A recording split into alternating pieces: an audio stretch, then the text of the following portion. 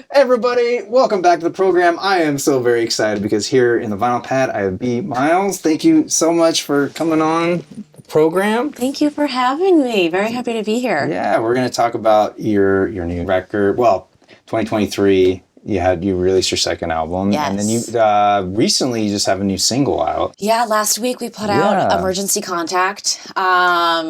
Continuing the evolution of change over the last year. And that one was actually written really quickly. The new single? The new single. Right when the album came out, we immediately went back to the studio and we're just like, we gotta keep going. Taking the foot off the gas pedal. And the song came about really quickly. It was one of the quickest songs we've ever written.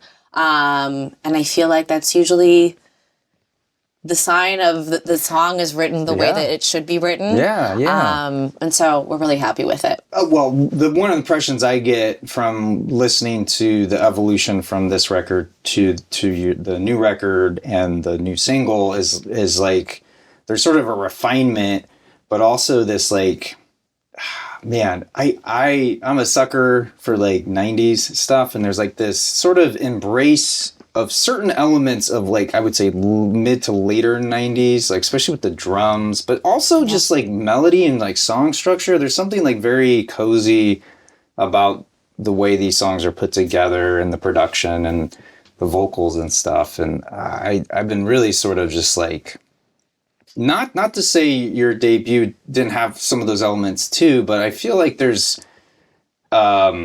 like a specificity in this 2023 album. I don't. Was there a different approach having gone through what we all went through with different pages versus this your debut? Yeah. I mean, and thank you for calling out the 90s vibe, because that's definitely something that we've been pushing on with the last album, with the new single. With the last album, it was written in a similar way to An Order of Appearance, where we were writing multiple songs at a time. It wasn't a one song focus. Okay. And so I do think that with different pages, we were more cognizant of having more fluidity throughout the album and having each song kind of, there's a storyline there. Yeah. And different pages, there's a lot of different topics that are happening in each song on that album, but there is that cohesive message of there's a lot going on and I'm clearly not on the same page as everyone else, and I'm feeling, out of it because of that. And I think that feeling of chaos in my head, there is a way that it's kind of tied together in the sound of the album. A lot of the songs move across the spectrum in terms of sound. There are some that sound much more nostalgic than others. There are some that sound much more modern. But I do think there's that line through all of them where it's a sound of change and a message of change, and trying to figure out what that next step is. Oh, yeah. That's the fun part, right? That's the fun part. So, some say. Oh my gosh. Yeah, but I mean, change... It's so funny how, like, when you're about to make that change, or whether that change is forced on you, there's that moment of like, I can't do this. And then, and it's like, you can't imagine your life without these things that maybe you're holding on to or whatever. And then you either are forced to, or you take that step, and it's scary. It's almost like dropping down that roller coaster, that first drop. Yeah. But then great things can also happen that you would never have thought of. So I think I think you definitely captured a lot of that in this new album, just that sort of feeling. And then you have an expanded edition, right? Am I saying that right? Or deluxe edition. Okay. Yeah. So there was a couple of singles, or I guess they're called reworks. Yeah, that I really resonated with. I added them to my my liked songs. Tell me about that. Like, what was the thought behind that? Different Pages was made with our best friends, as was An Order of Appearance. The whole band was involved in the production of it, and we have so many friends that are musicians across New York, across London, LA, and we wanted to make them included, and we wanted to be able to collaborate more with those friends. And so one of the reworks for One Trick Pony was actually one of the producers of different pages, and also the drummer, MB Miles. And so that was something so fun. I mean, we didn't even know that he was working on a rework. He just kind of said, hey guys, I've been like fooling around with this. What do you guys think? And it was so good that we immediately said, okay, you have to finish this. And you have to keep doing this because this is so awesome. And then he kind of spawned this idea where we thought, wait, let's just reach out to a few more friends and see if they're interested in collaborating on some of this. And so we did another rework for Separate Rooms with Harrison Lipton, and Something I'm Not with our good friend Joni. Yeah. Tell me about Separate Rooms. That's definitely one of my favorites. I don't want to say that word, but you know what I mean. Yeah, tell me about that one. Like, what was the I guess inspiration for that? Separate Rooms is a very nostalgic song. It focuses on a love that might have been. That's the main thesis of it. It's looking at a love from a long time ago and what would have happened if that had been pursued. I'm thinking of you and you're still present in my mind, even though I know that this wasn't meant to be, and if we tried, it probably still wouldn't work. We used the object of a Yankees t-shirt to symbolize the nostalgia of that someone and having them be represented in that shirt.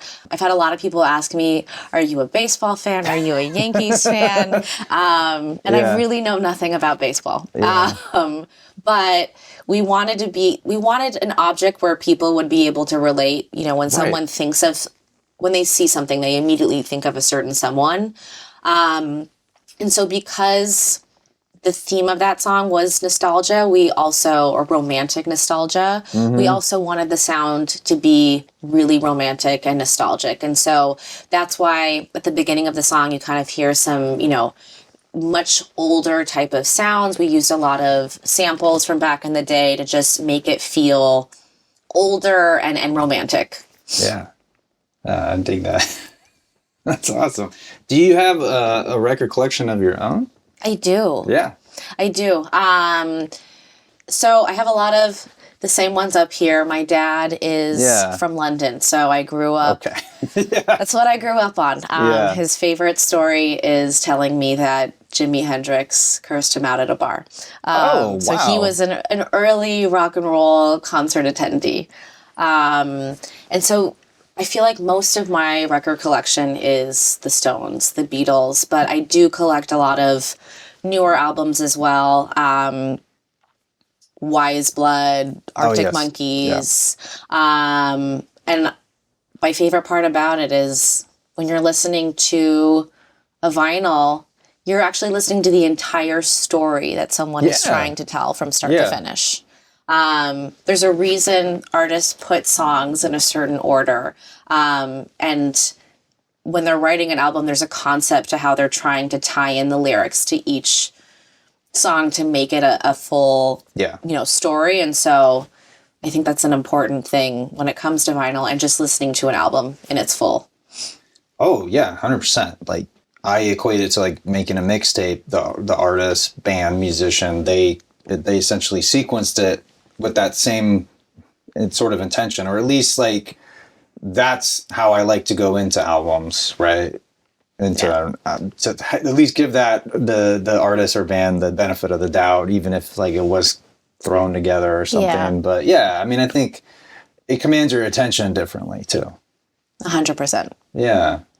And then I think too, going to the record store, right? That's like a whole, something will catch your eye or you'll hear it being played, right? Yeah. And it's a different experience versus, nothing against New Music Friday, but it's just a different, it's a different way of getting it. And it's like, maybe it's an older school way, but I feel like Do you, when you travel, is that something you do as well? Pop into record? Okay, yeah. Yeah, we've already visited a couple of record stores.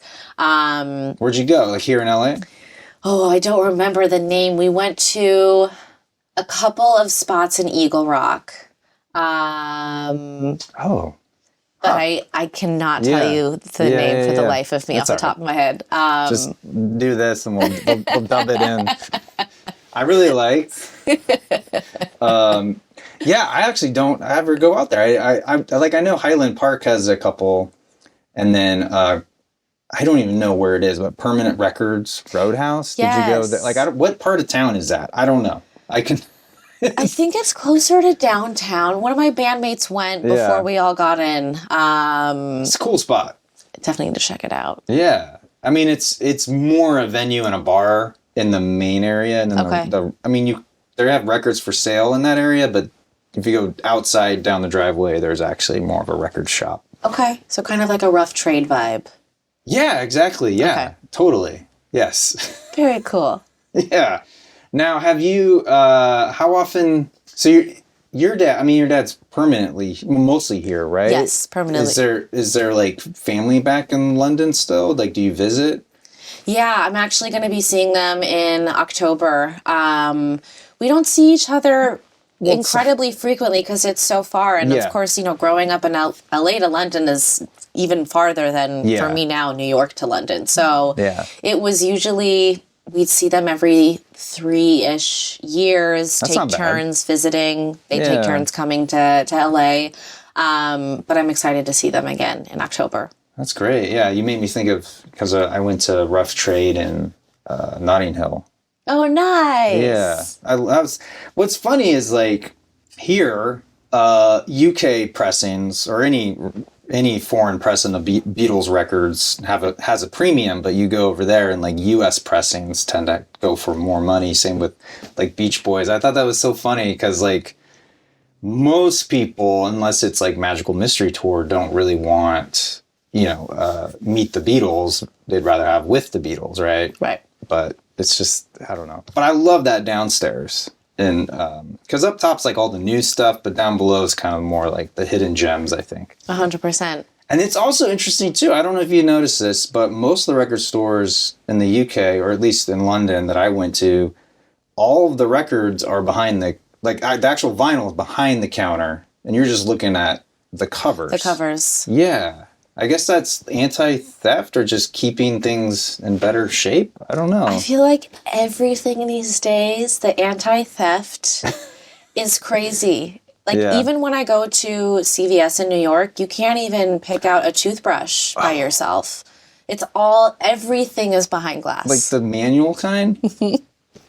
That's so weird. I know there's certain Targets here in LA that are starting to do that now. Like the one actually in Glendale. Interesting. Like if you try to get anything in like the hair care aisles, like, or even toothpaste, it's all locked up now. All locked up. And that's like this Glendale, like how? Because you can go to the one in Burbank by the airport, and the only thing that's locked up is liquor, which makes sense. Yeah, that would make sense. Yeah, but like it's just like it was crazy. And then I remember during the Black Lives Matter, like that whole thing, like so many stores were just bordering up. Just in case. It wasn't like there was any looting or anything. So funny how that, I don't know. I feel like it will never quite be like normal how it was pre-pandemic, but like it's a little bit more normal these days. Slowly. Slowly. But I agree with you. I don't think we're ever going to get back to 100% the way things were. No, I mean, just like this record came out October 2020, right? Yes. So you're in the thick of it. I mean, things were already bad enough with just even trying to get something shipped, let alone trying to get something manufactured.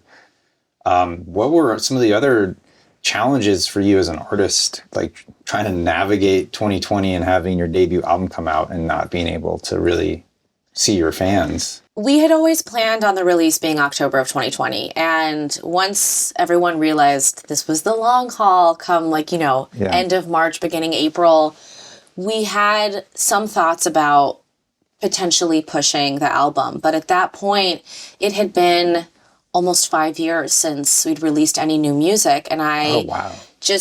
I was so impatient that I wasn't willing to wait. We also didn't know what things would look like in early 2021 either. So my thought was, I just want to get this out.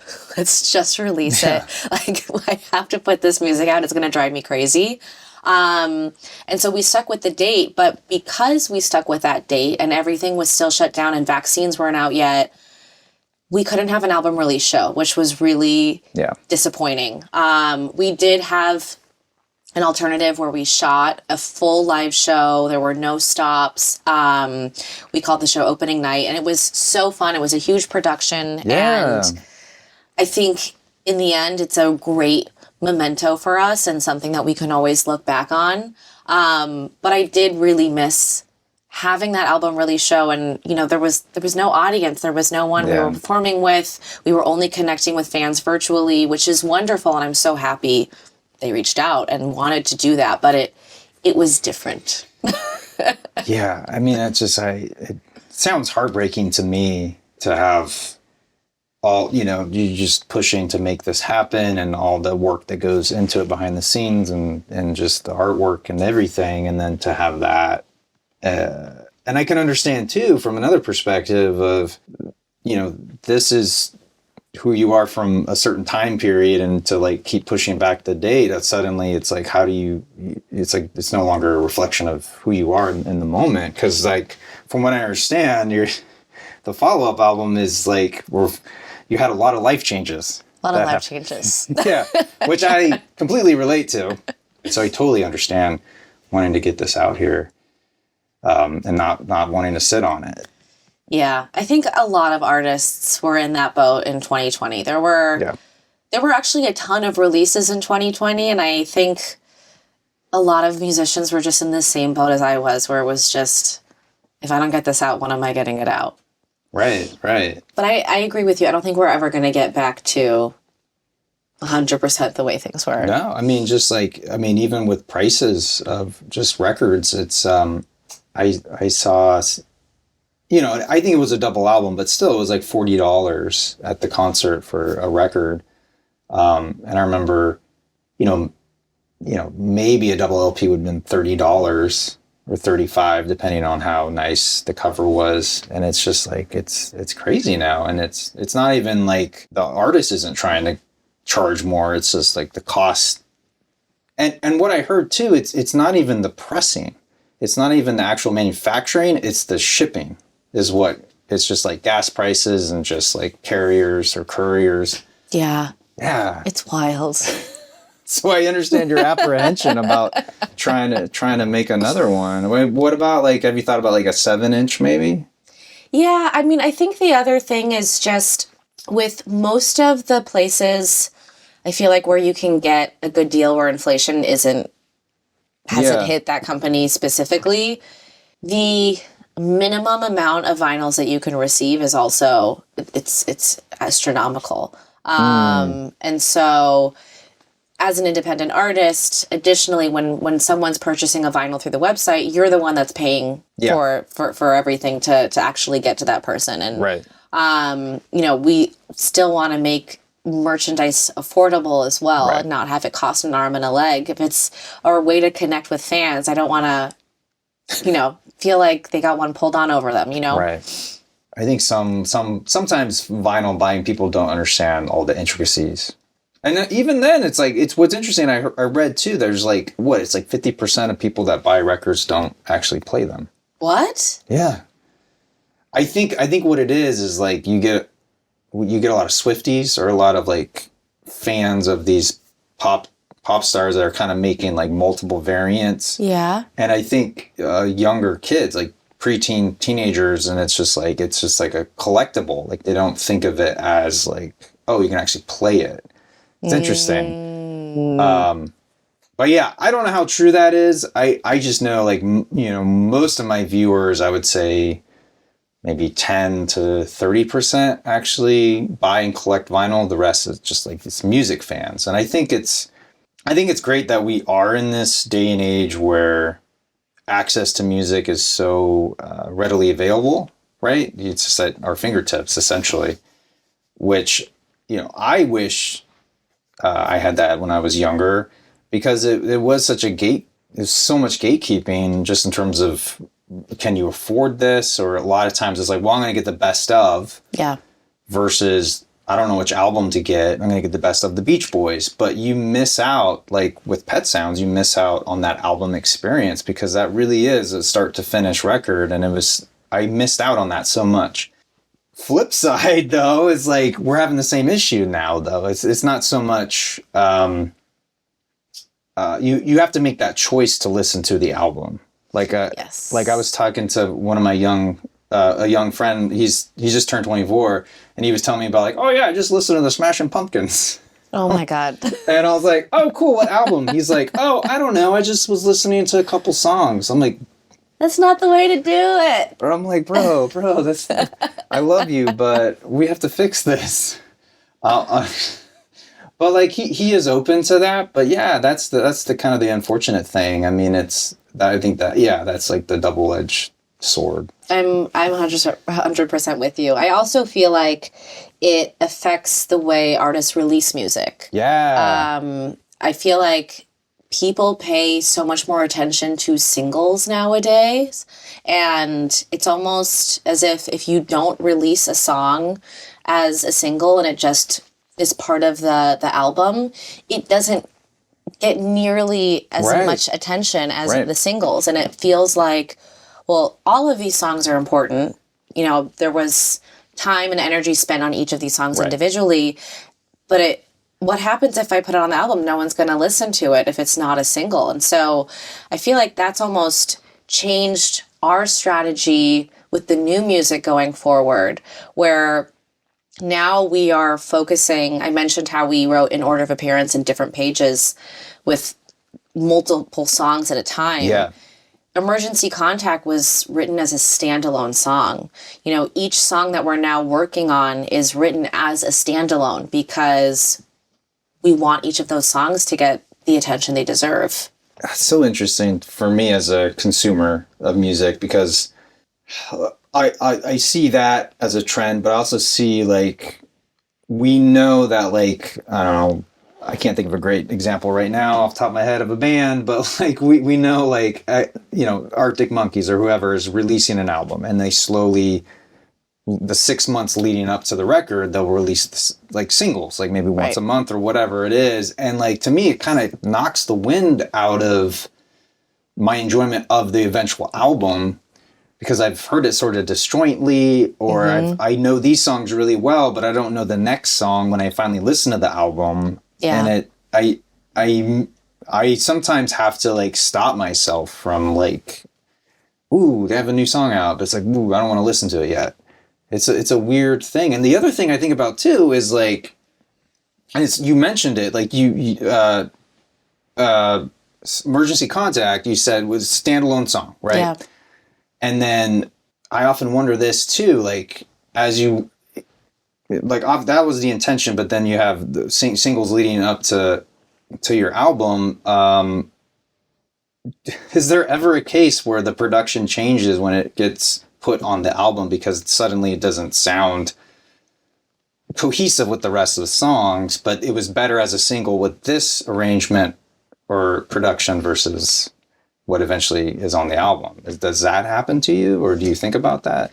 We've never been in a place where a song has been released and then we feel like that song needs to change specifically for the album. But the singles that are released before the other songs are finished definitely influences what those final songs sound like, because you could be inspired by a certain artist or a certain sound for a specific song, and then you have that moment of, oh my God, wait, this sounds nothing like the other single that was put out. How do we put these in the same ballpark? Yeah. And that was something that we struggled with a little bit for the Different Pages album, because some of those songs were written really early and some of them were written later, and we knew immediately what songs we wanted to be singles as we were writing them. Yeah. But we had to have that moment of, wait a second, this one sounds really rocky. This one is, so much more subtle. How do we even bridge the gap here?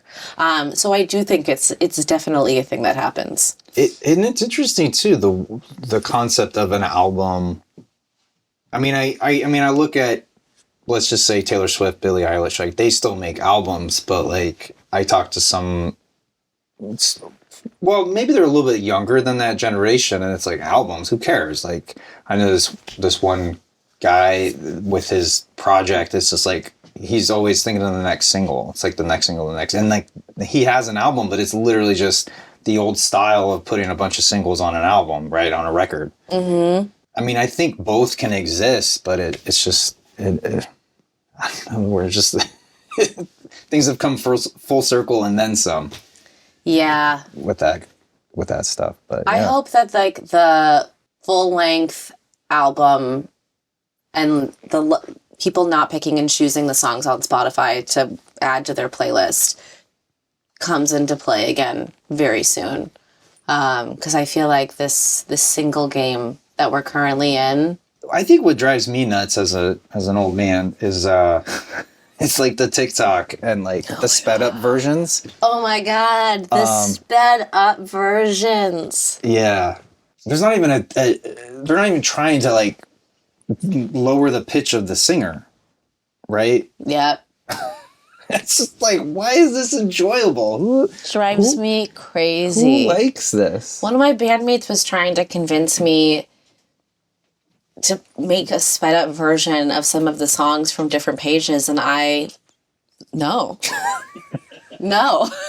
Well, there was The Animals, House of the Rising Sun, an official release sped up version, and it's like, there is a house, that like. I was like, why? Why would you do this? Well, Billie Eilish just did that too. She put out her album last week, and then a couple days later put out all sped up versions of the song and all slowed down versions of the song.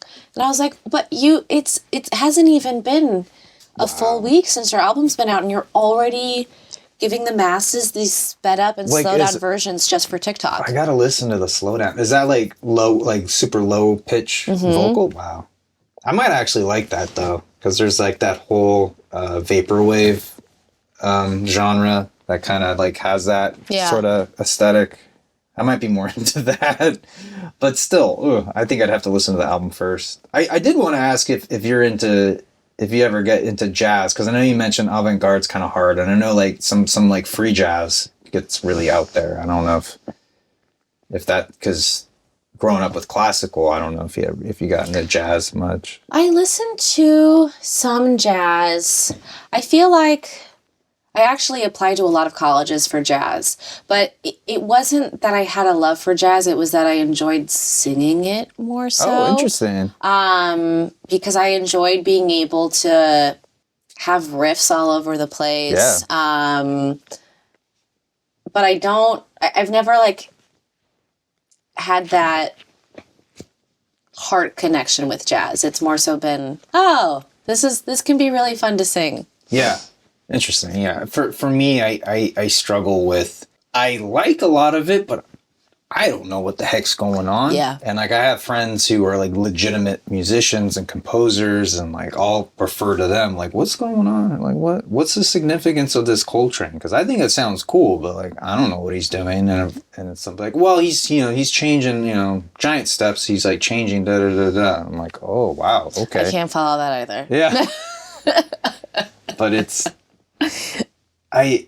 like art, right? You can appreciate a painting. You don't have to know like all the techniques that went into it to enjoy it. Maybe you enjoy it more. But like sometimes I feel like jazz can be a little not off-putting, but a little intimidating. Yeah.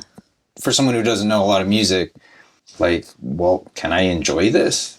But like jazz was the rock and roll of its day. Yeah. Like there's some crazy photos of people like going in nuts with some I don't know who, but there's an amazing photo in New York. Someone's like on the ground playing sax, and these kids are going nuts. I love seeing stuff like that. I love that. Yeah. Gotta ask, Beatles or Stones? Oh my God. Not trying to put you on the spot, but I guess I am. Just a little bit. Beatles. Okay. I think the songwriting for the Beatles is unmatched. There's so much craft there with each song. And I think there's also so much variety with what they were able to do musically. I mean, I don't think there's anyone better. Yeah.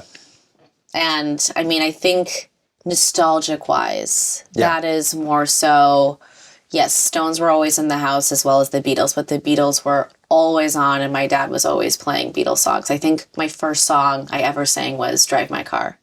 Oh, fun. Mm-hmm. Yeah. Do you have a favorite album of the Beatles? That one right there. What would we pick? Oh, Abby. Oh, so good, right? Yeah. Gosh, that medley. Yeah. And then my dad and I, our personal favorite Beatles song is If I Fell. And we've been practicing that duet together since I was, I don't know, maybe 12. Wow. We made a promise to each other will be performed at a wedding one day. Oh my gosh. So wow, is your dad musical? He is musically self-taught. Oh, okay. But he loves playing guitar. Yeah. Every time I come home, the first night I'm there, he brings out the guitar. Yeah. And he asks if we can jam.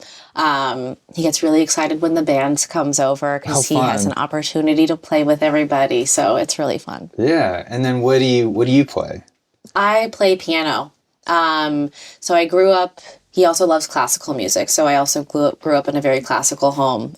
So I was classically trained on piano. Oh, wow. Classical voice training as well.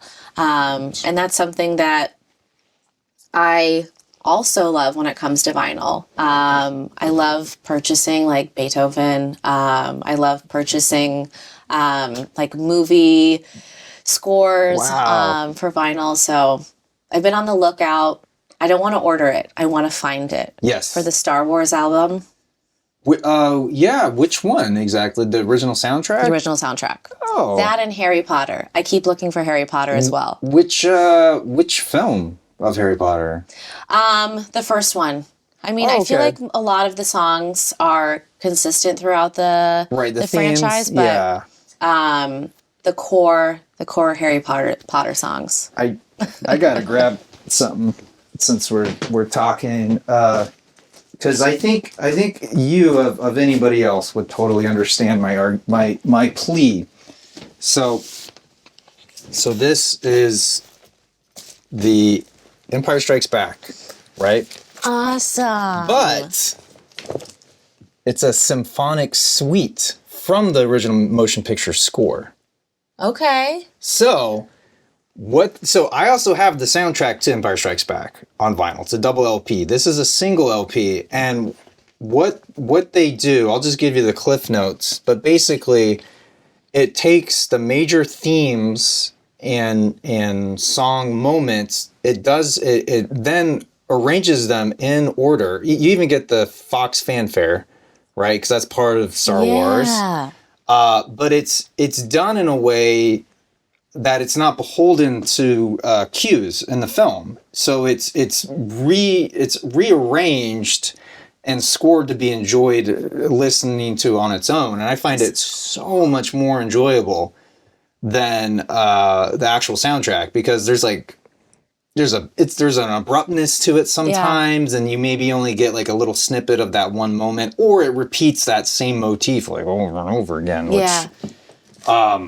But yeah, this is awesome. Yeah, I highly recommend picking this. Check it out. This is awesome. I really wish this was more common, because there's like the Stranger Things soundtrack, which I love a lot. I have that one as well. You have that? Yeah. Oh, awesome. And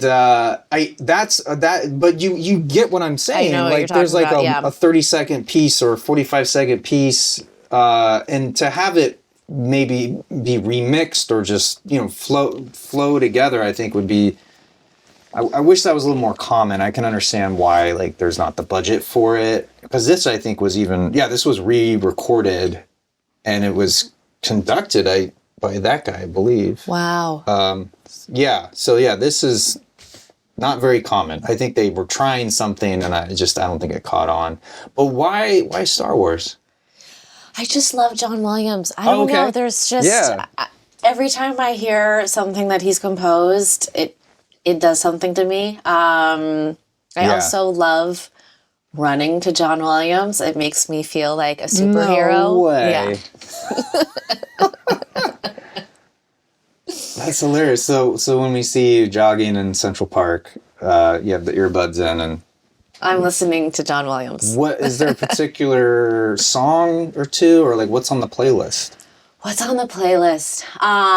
Definitely the main theme, the main title from Star Wars. Yeah. Oh, yeah. Okay, I can see that. Get you going. It really gets you going. It really does, and especially when you're jumping over like curbs. Yeah. You have that extra gusto of just it. like wanting to leap up. Yeah. So I highly recommend any movie music fans to attempt to listen to it while they're running. Man, it's so funny because growing up, I ran cross country and track and field, and I was so against running with, at that time, a Walkman, because I didn't want to get used to running to music, because you can't really do that in a race or a track. But gosh, now I feel like I missed out on so much, like running to Indiana Jones. Yes, right? exactly. So good. Exactly. Or Jaws. It's so fun. It's crazy how much that dude has like shaped our lives just without words, right? Without words. It's insane. And he's still going. That's what is mind-boggling. Like, is he part alien? Like, where does it come from? I don't... It's so cool, though. Yeah, I think I have...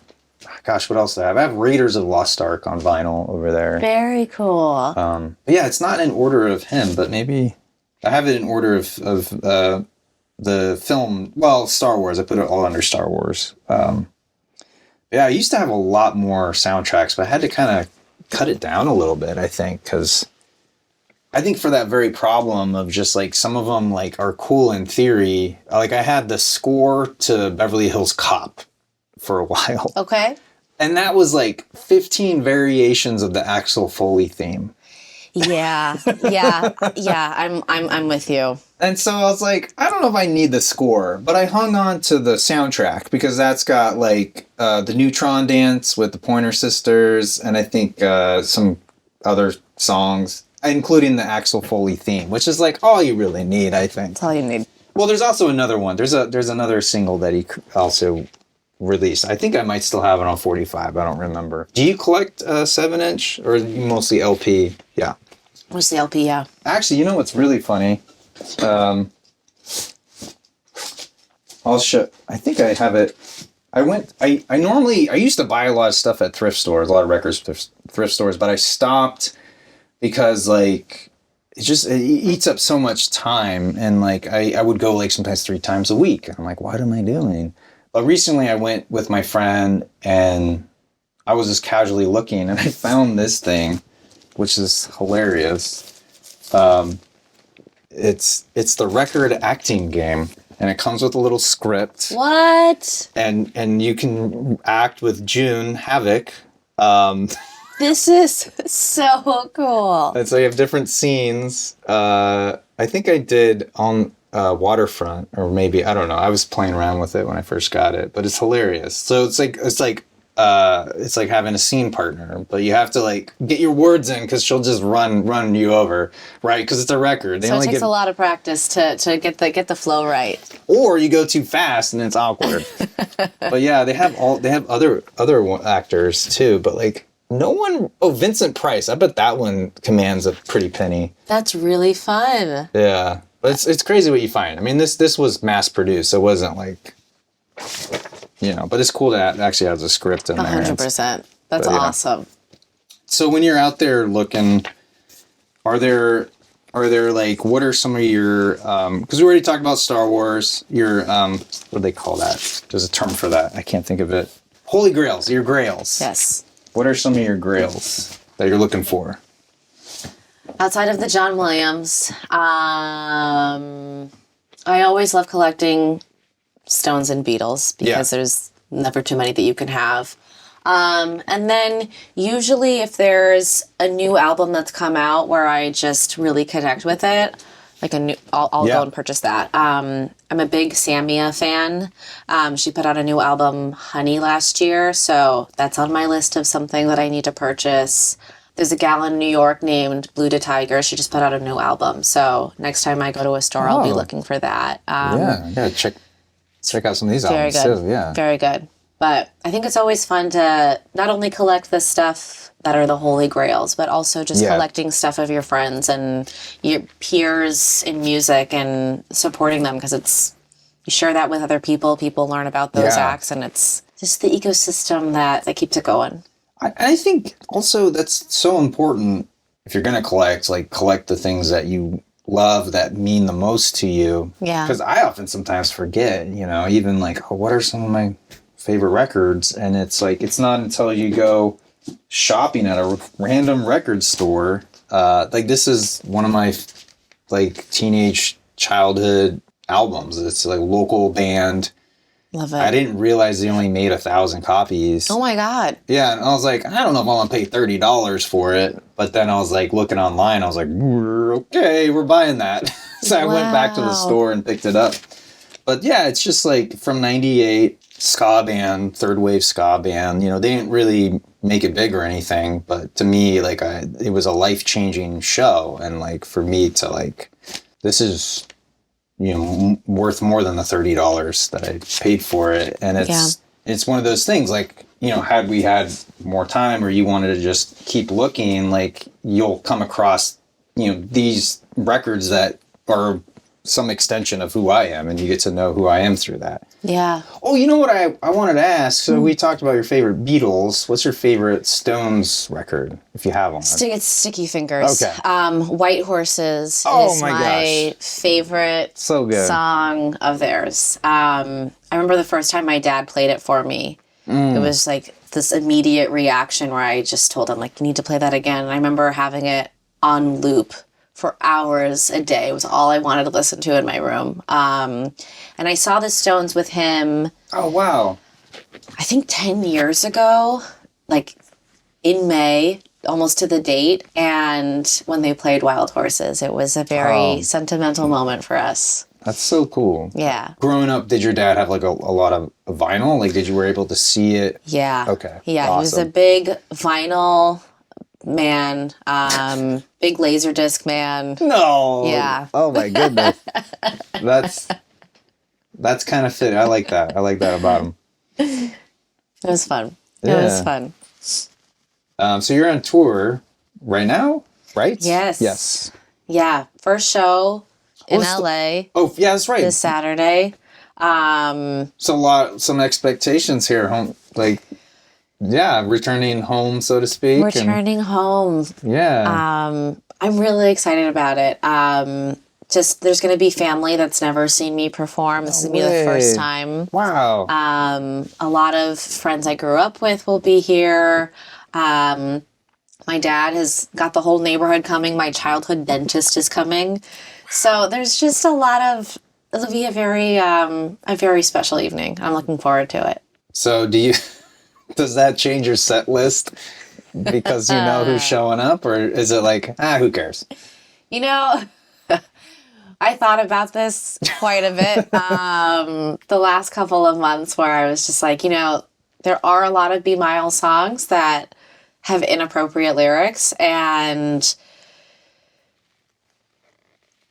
it's not something that I think should be focused on. The songs they were written a certain way for a reason.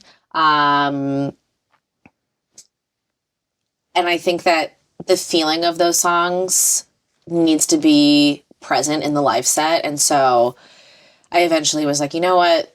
Lyrics schmerics. People they're gonna hear it, and if they're not okay with it, they can choose to leave or be offended if they want. Gotcha. Yeah. No, I like that. It seems like it's intentional, but the color blue is so present, especially in these last couple of music videos and on the album cover. Like, what's the thought behind that? Or is that like a favorite color or? I think it's a combo of two things. In order of appearance, it was a very warm, colored album. And so we wanted to do something polar opposite to the warmth and make something really cool. But also, I love blue. I think it's a calming color, and especially with different pages, it being such a chaotic internal album, there needed to be that something to kind of keep it a little more calm. You know, we've thought about, since the new music has come out, do we change everything all over again? I think the blue is going to stay. Yeah, and I like the way the videos were put together. I mean, one of my guilty pleasures is Duncan Sheik, and so like some of that imagery was like, it felt like it was harkening back to those kind of music videos. Thank you. Yeah. Our buddy Steven Simon, who directed it, I mean, that was his genius, that video. We came to him with a very simple concept, and he just took that and ran with it, and the entire day was almost thinking of a lot of creative things on the spot, which is so impressive. He's one of those guys where we always put our trust into him when he's putting together our music videos. I especially love the moment. It was more of a close-up shot of you. Of like the school yearbook scene. Yeah. But you're smiling and kind of laughing. And I love that moment of like seeing that aspect of you, like your personality come through, because you know there's the cool like the ring shot, like look, you know, I love all that stuff too, but it was nice to see those kind of like unscripted moments come through. Yeah, it was a fun shoot day. Yeah, how do you like lip syncing to yourself and all that? Like, is it, I mean, obviously it's not your first video, but like, I sing the entire time. Fun. Because in my mind, I'm like, if I'm not singing, it's gonna look not real, and so I'll sing along with the track while we're recording, and that way it also looks more seamless. You can like see my vein moving in the video. You know, I was gonna ask, like, where does Their Satanic Majesty's Request fall for you in terms of, do you like it? Do you not like it? I mean, there's some amazing songs, like She's a Rainbow, fantastic song. But then there's like some other stuff where you kind of go, what were they taking on that record? Yeah, I struggle sometimes with more avant-garde sounds and songs. I feel like it's something I actively try to get my ear to adjust to and want to be a fan of, but I feel like for the most part, similar to a lot of people, I'm looking for that ear candy that's just gonna like easily sit inside and continuously rewind and give me that satisfaction that I'm craving. And so not it's not the easiest to love. I mean, I do have a lot of affection for it. I mean, I really like Brian Jones and like what he added. It's just a shame that like that's sort of like his last hurrah with the band. It's not his most present, I would say. And also it just, the timing of it did, I mean, even now it still kind of feels like trying to copy the Beatles with Sgt. Pepper's, even though it was more of like being inspired by it, if anything, but it gets kind of whittled down to like, it's the Wish brand version of it, or whatever people say these days. Yeah, it's just not as good. You actually have your degree in songwriting.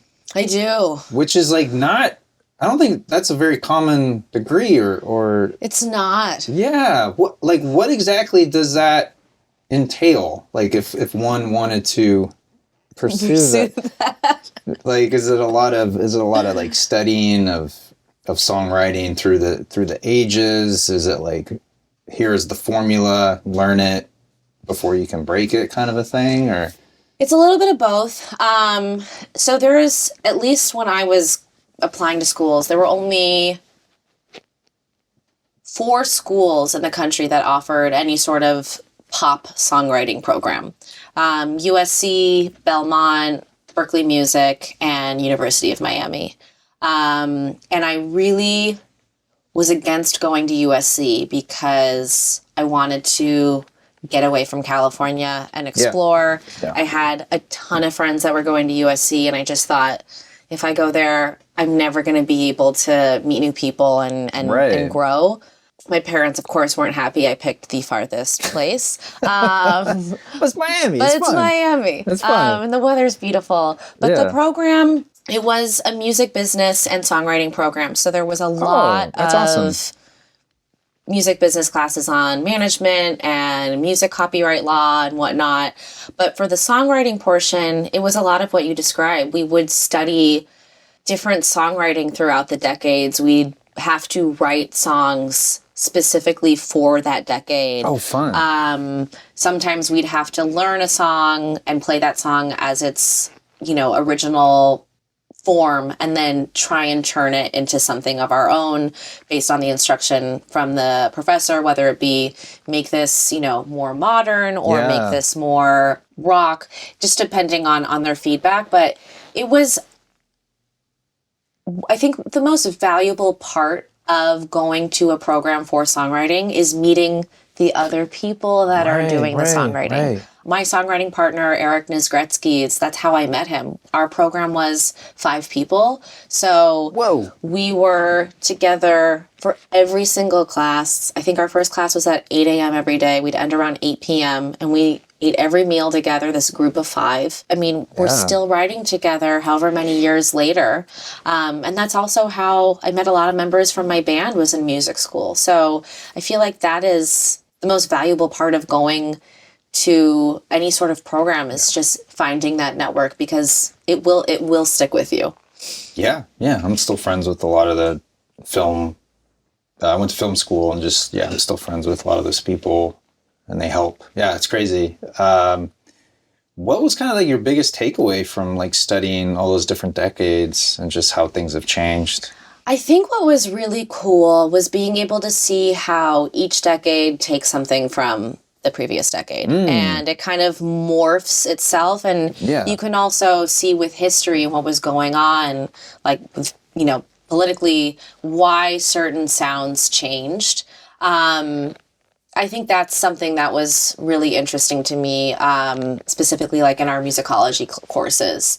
Additionally, we had classes where we were forced to write with other people. We didn't necessarily pick, I want to write with this person. Right. It was just kind of, this is your partner. You guys need to write X, Y, and Z. And that also challenges you significantly, writing with someone that you're not used to writing with, and having to open up and be vulnerable with that kind of person. That's a hard wall to break down.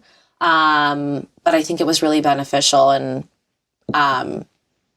also just having performing classes as well, being able to find time to play as a band. I mean, that's how B Miles really formed. Yeah, Eric and I were songwriting together, but we met Rob in music school. We had a class where we were playing with him as a full band, and it was so much fun. And we just thought, okay, this is not ending when we graduate.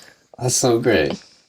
And then pretty much everyone migrated to New York, you included, or were some people from New York? So most of the band was from the East Coast. Okay. I was the only West Coast one, and it just didn't make sense for everyone to move to LA. Right. I remember Eric calling me about a month after we graduated when I moved back to LA, and he was like, if you want to keep doing this, we have to live in the same place. There's no way we can songwrite together over Zoom. Like, this is not going to work. And so I just kind of said, okay. And I bought a one-way ticket and slept on his couch until I found an apartment. And it was the most wild 10 days of my life, trying to move my life from LA to New York in such a short amount of time. But it was so worth it. And it's been 9 years now. Oh, that's great. Yeah. Yeah, I'm very, very happy for you. It's just, it just sounds like you're definitely on the right track for yourself. And thank you. Yeah. I appreciate that. Yeah. And thank you for having me. This is so wonderful, Oh, and I've no. loved Yeah. getting to speak with you. Well, thank you for coming on by. I appreciate it so much. I mean, it's a privilege for me to get to talk to creators. Yeah, I mean, it's just it's something I tried and could not do. So I so look up to that skill, and you should be very proud of all your music. But Thank yeah, you. I think it's a real achievement to not only make one full-length album, but a second one that is, I really enjoyed it. So thank you so much. Thank you. Yeah. All right, everybody. Thank you all so much for watching. I'm your Vinyl Geek, and I'll catch you on the flip side.